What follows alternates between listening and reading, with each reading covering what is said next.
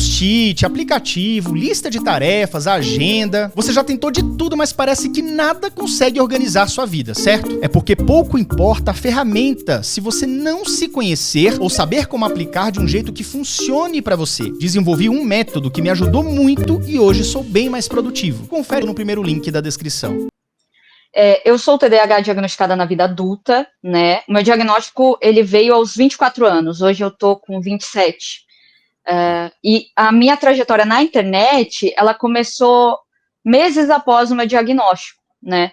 Assim que eu recebi o meu diagnóstico, eu comecei a estudar mais a respeito do TDAH, né? A respeito do transtorno. E aquilo que eu ia aprendendo, eu descobri que uma forma de aprender, né? De eu conseguir memorizar, de eu conseguir aprender a respeito do transtorno, a melhor forma para mim era compartilhando, era aprendendo e tentando explicar aquilo mesmo que a minha maneira, né?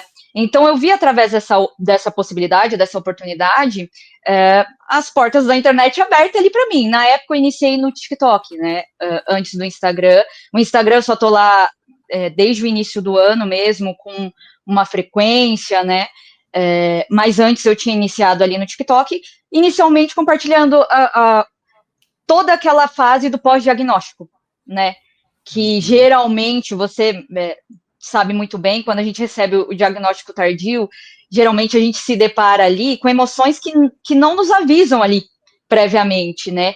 Que a gente acaba se deparando, depois do alívio, com um turbilhão de sensações que eu não esperava.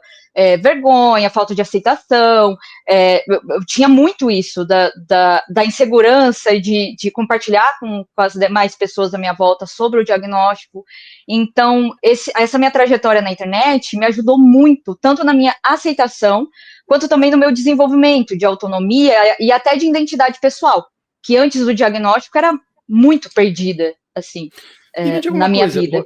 Quando você teve o diagnóstico, você foi atrás do tipo assim, cara, eu tenho alguma coisa, ou foi que você estava sentindo algumas questões, você foi no médico e de repente tropeçou no diagnóstico? Tipo assim, você buscou isso, você viu aí alguém falando e tal, ou você foi sem querer, querendo? Como é que foi isso? Cara, acontece que mesmo antes de saber o que era um hiperfoco, um dos meus hiperfocos era buscar estudar a respeito de comportamento humano. Bem aleatório, porque não fazia parte da minha formação. Eu sou formada em administração. Não tinha nada a ver com a minha realidade, com o meu dia a dia, muito menos com a minha criação. Ah, é? Sou da ADM também.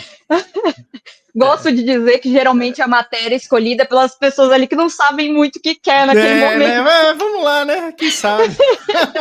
Mas é um curso bom, assim. Eu gostei. É tipo assim, você entra sem querer, mas você curte depois. Depois você fala, que legal, interessante, tipo de coisa legal. Mas eu confesso que foi mais assim, sabe? Era aquilo que tinha ali mais garantido, uma oportunidade no mercado de trabalho, etc. Fui mais por essa linha de raciocínio. Longe de mim, eu não gostava muito, não era muito familiarizada, mas enfim. E aí, na adolescência, eu já buscava bastante sobre comportamento humano, sobre temas de psicologia, etc. Mas pura e simplesmente por curiosidade e também porque eu já sentia que tinha alguma coisa de errado comigo desde o início da pré-adolescência ali. Né? Hoje, a gente já sabe, eu e a profissional que me acompanha, né, que é minha psiquiatra desde o diagnóstico, que já era ali um quadro depressivo mesmo, ali no começo da pré-adolescência e tudo mais, que na época, obviamente, eu não sabia, mas desde então já tinha começado a ficar bem notório. Porque sendo uma menina, começo de adolescência, eu era, cara, uma menina totalmente desapegada, por exemplo, a cuidados com a minha aparência, a ter aquela vaidade. Eu era também uma... Às vezes até em algum nível, até higiene pessoal. Sim, sim. É tipo assim, é descuido, é leseira, é preguiça, é morosidade, é mais ou menos isso, né, Lorena?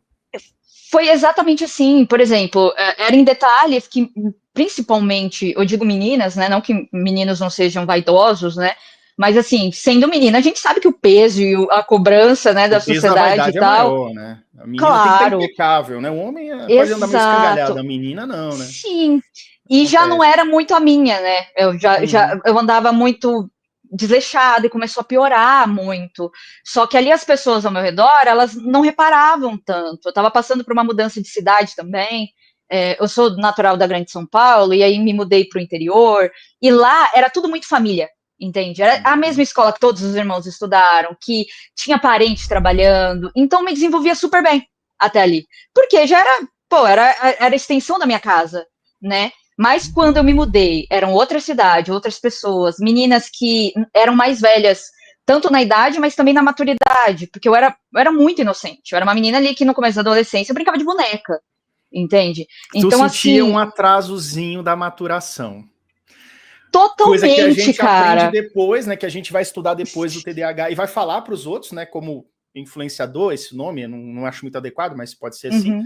Mas a gente sente, cara. Eu também assistia Cartoon. Quantos meus amigos assistiam MTV? Eu sou de uma outra época. Eu assistia Sim. Cartoon Network, tá ligado? Então, Pô, eu peguei ainda uma fase de desenhos bons, inclusive na Cartoon, hein? Tinha mesmo.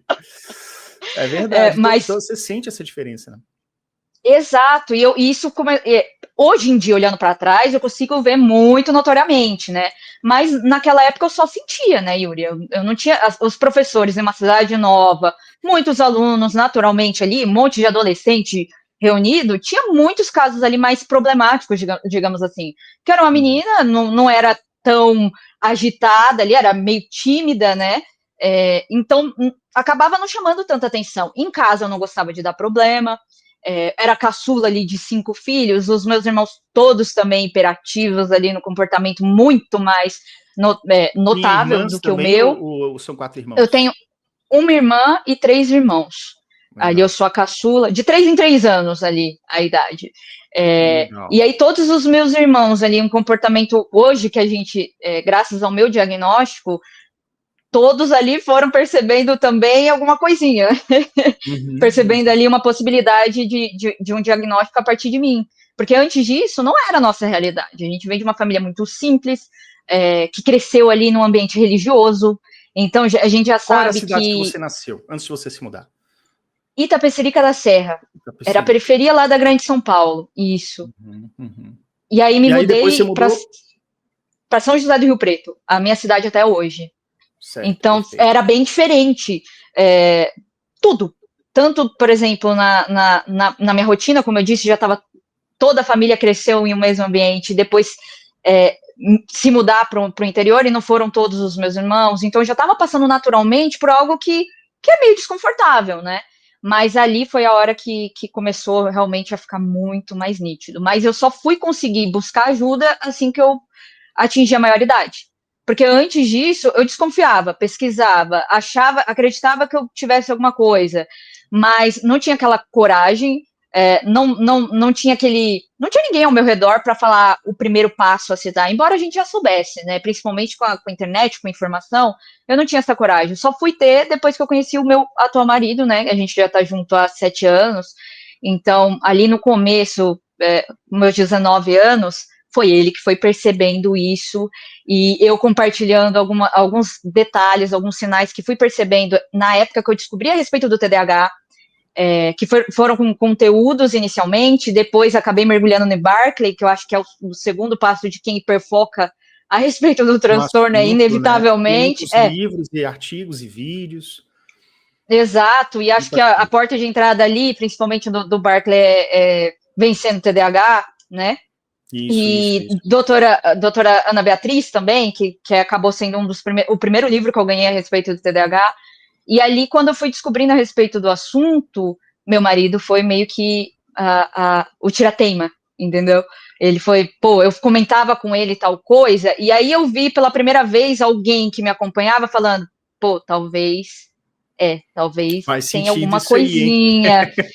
E até então, não, quando a gente comenta, né, geralmente quando a gente convive com pessoas que não são familiarizadas com o assunto saúde mental, a tendência é que as pessoas falem, não, isso aí não é nada, isso aí você tá caçando coisa pra sua cabeça. E ali foi a primeira vez que eu ouvi de alguém, assim, da minha confiança, próximo a mim, convivendo. Não. Mas foi a partir, por exemplo, daquilo que eu estava estudando e que, compartilhando com ele, naquele papo de casal mesmo, né? E aí eu falava, olha sobre isso, escuta sobre isso, faz sentido? E aí, a partir de então, aí sim eu tomei a minha decisão mesmo de buscar ajuda.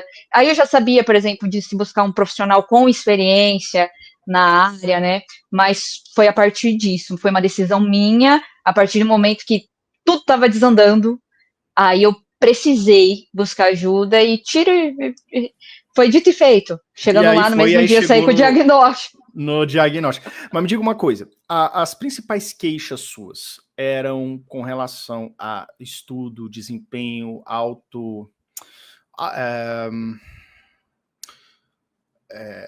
O Clube TDAH em Ação tem tudo o que você precisa por um preço super acessível. Engajamento, foco, ferramentas importantes, motivação, amizades e família. Além de aulas completas de como você pode se dar bem no mercado de trabalho, mesmo tendo TDAH. Fora as aulas completas sobre medicamentos com os especialistas do clube. Conheça o clube no link da descrição.